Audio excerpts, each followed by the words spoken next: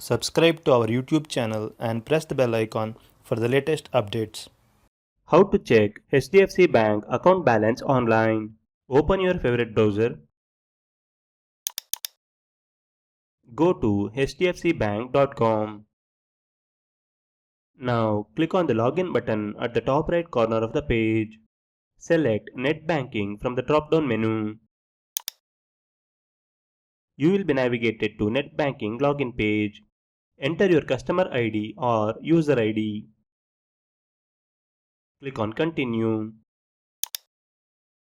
Now enter your password. Click Login. You are logged into your HDFC Bank Internet Banking account. Here in the Savings Account tab, click on your account balance.